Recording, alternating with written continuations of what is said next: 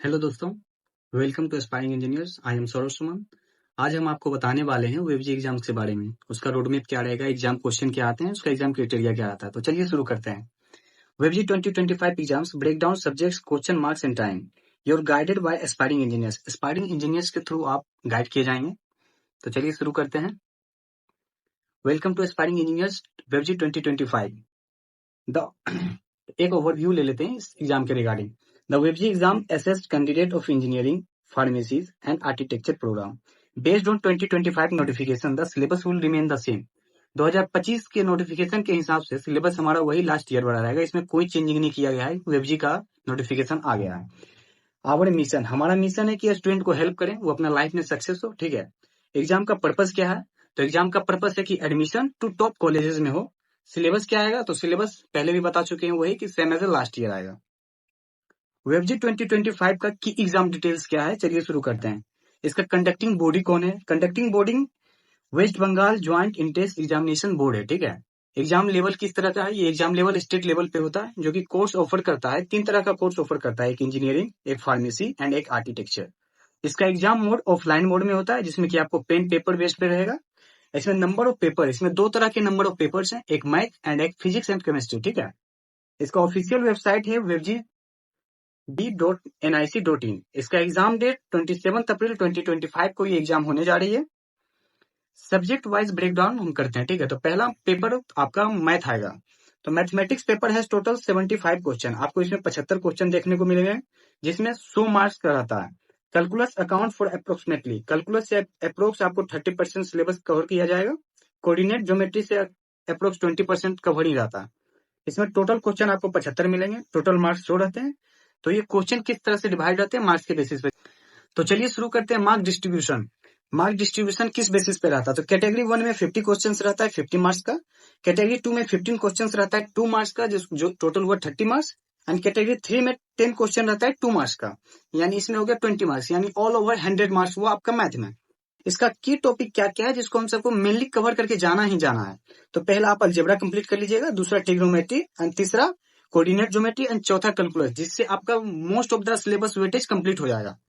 तो चलिए subject wise breakdown हम पेपर 2 के बारे में बात करते हैं। तो आज हम सेकंड पेपर मेरा होगा फिजिक्स एंड केमिस्ट्री, जिसमें physics and chemistry etch have 40 questions. Physics में भी आपको 40 क्वेश्चन रहेंगे, केमिस्ट्री में भी आपको 40 क्वेश्चन रहेंगे। टोटल मार्क्स इसका रहता है 100 मार्क्स, जिसमें 50 मार्क्स का फिजिक्स का रहेगा, 50 मार्क्स का आपका केमिस्ट्री का रहेगा। फोकस किस पे करना है? Focus on understanding the fundamental concept in physics like Newton's law. ये सब पर हमको फंडामेंटल अपना फोकस तो रखना ही है। सोलिडिटी थर्मोडायनेमिक कॉन्सेप्ट, सोलिडिटी जो थर्मोडायनेमिक कॉन्सेप्ट है उसका टोटल क्लियर रखना है। इसका टोटल क्वेश्चन 80 है, 40 ईच में है, मतलब 40 आपका फिजिक्स में है तो 40 आपका केमिस्ट्री में है। टोटल इसका 100 मार्क्स का है। इसका मार्क्स डिस्ट्रीब्यूशन किस तरह से होगा? तो 30 क्वेश्चन आपका एक मार्क्स का रहेगा, यानी 30 मार्क्स का आपका एमसीक्यू रहेगा। 5 क्वेश्चन 2 मार्क्स वाला रहेगा, जिसमें कि एमसीक्यू टाइप रहता है। एंड 5 क्वेश्चन आपका 2 मार्क्स का रहेगा, जो कि एमएसक्यू टाइप है, जिसमें एक से ज्यादा आंसर आपका सही हो सकता है। तो इसमें आप रिस्क कम लीजिएगा, चांस कम लीजिएगा। फिजिक्स का जो मेन टॉपिक क्या क्या है, तो आइए उस पर डिस्कस करते हैं। तो पहला टॉपिक आपका मैकेनिक्स हो गया, second thermodynamics and third electromagnetism. ये 3 टॉपिक मोस्टली कवर करके ही जाना है, जो कि आपका ऑल ओवर द सिलेबस को वेटेज कंप्लीट करेगा। अब मार्किंग स्कीम क्या है, चलिए उसको एक्सप्लेन करते हैं। तो कैटेगरी 1 में 1 मार्क्स वाले क्वेश्चन में आपका नेगेटिव मार्किंग 1/4 रहेगा, याद रखिएगा। 1 मार्क्स का जो ऑब्जेक्टिव क्वेश्चन रहेगा उसमें 1/4 डिडक्शन रहेगा। कैटेगरी 2 में जो 2 मार्क्स रहेगा उसका नेगेटिव मार्किंग 1/2 रहेगा, यानी आप एक सही करते हैं तो 2 नंबर मिलेगा, अगर एक गलती करते हैं तो 1 नंबर डिडक्ट हो जाएगा। कैटेगरी 3 में रहता है 2 मार्क्स नेगेटिव मार्किंग। ये जो 2 मार्क्स रहेगा एमएसक्यू वाला, इसमें भी आपका अगर एमएसक्यू में अगर एक आंसर चूज करते हैं लेकिन उसमें 2 सही रहेगा, तो आपका 1 मार्क्स मिलेगा, सही होने पे 2 मार्क्स, गलत होने पे 1 मार्क्स डिडक्ट होगा। तो इसका minimise negative marking by attempting only question you are sure. हाँ, ये श्योर हो जाना कि एमएसक्यू जब तुम अटेम्प्ट कर रहे हो तो ये श्योर ही रहना कि यही आंसर होगा, then you have to attempt. Okay. Category 1 में आपको 1 मार्क्स रहेगा, जो हम पहले ही बता चुके हैं, इसमें 1/4 नेगेटिव मार्किंग है। कैटेगरी 2 में आपका 2 मार्क्स पर क्वेश्चन रहेगा, जिसमें 1/2 है। एंड कैटेगरी 3 में 2 मार्क्स का क्वेश्चन रहेगा, इसमें भी 1/2 है। ठीक है। द टाइम मैनेजमेंट किस तरह से करना है? तो time management cracking the exam strategy. Total exam time आपका 4 घंटा का रहेगा, जिसमें फर्स्ट हाफ आपका मैथ रहेगा 2 आवर्स का, एंड सेकेंड हाफ आपका 2 आवर्स का फिजिक्स एंड केमिस्ट्री रहेगा। ठीक है। तो टोटल एग्जाम टाइम आपका 4 आवर बता दिए हैं। If you are strong in chemistry, हाँ, अगर आपका केमिस्ट्री मजबूत है तो ट्राई कीजिएगा कि इसको 40 मिनट में कंप्लीट कर लें, और जितना भी टाइम बचेगा वो अपना फिजिक्स में डाल दीजिएगा। Aim to solve at least 10 mock test. हाँ, एग्जाम से पहले कम से कम आप 10 मॉक टेस्ट ट्राई कीजिएगा कंप्लीट करने का, ठीक है।